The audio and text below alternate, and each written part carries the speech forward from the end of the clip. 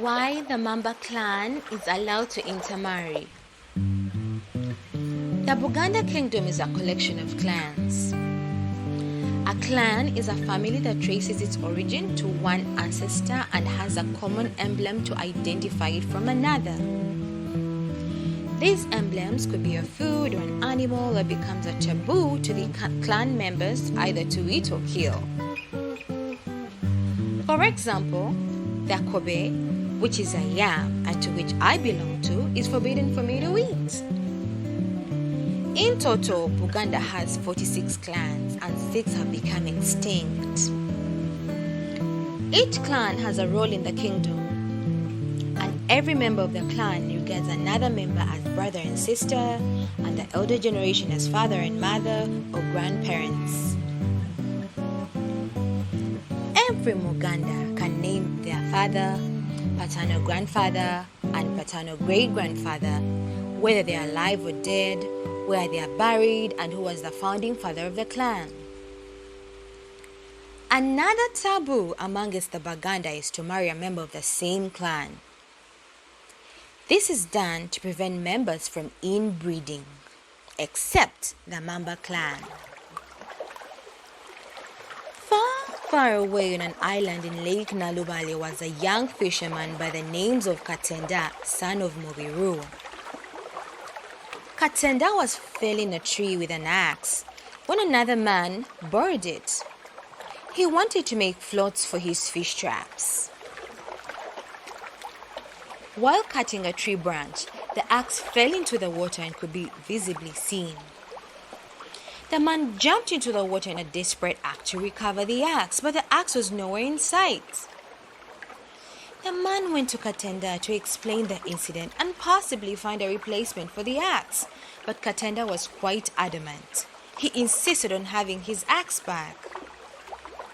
The man got into his canoe and searched for several days until by luck he was able to recover the axe. Some time passed, and this man, well with his canoe, Katenda came by the shores looking for a canoe, as his canoe had been borrowed by another fisherman. Katenda asked to borrow the man's canoe, and his request was granted. When Katenda was finished with his task, he drew the canoe up on the beach and went home with the fish. The man came over to the beach and passed by his canoe. He realized nobody was at the beach at that time, and so he pulled Katenda's canoe into the water, loaded it with heavy stone, and sank it. He then went to Katenda and demanded for his canoe as he needed to go fishing. But Katenda, on reaching the beach where he had placed the canoe, it was nowhere. Katenda made inquiries in all directions, but in vain. No one knew where the canoe was. Katenda tried to pay for the canoe, but the man declined his payment and insisted on getting his canoe back. Katenda told the matter to his father, Mubiru, who offered to make a replacement, but the man's decision was unwavering. The man went before their chief and relayed the matter. The chief found Katenda guilty and fined him 10 women, yes, women were property, 10 cows, 10 copper bangles, and 10 goats.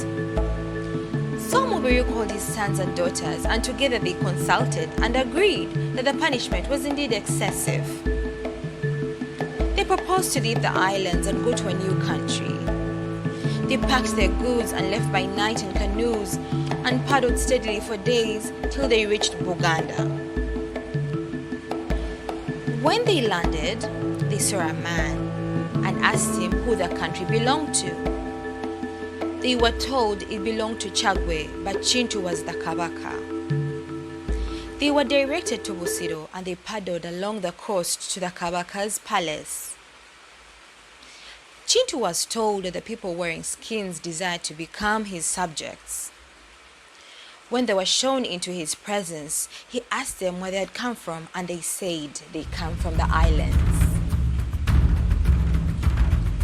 Gabunga, son of Mubiru, became the Kabaka's canoe builder, and the Mamba people were the sailors in Buganda Kingdom. The sailors in Buganda Kingdom were known for their music and creativity. Gabunga became so successful that he became an admiral in the kingdom. The people of the Mamba clan believe that they come from two descendants, Muguya and Chikerekere. For this reason, they do intermarry.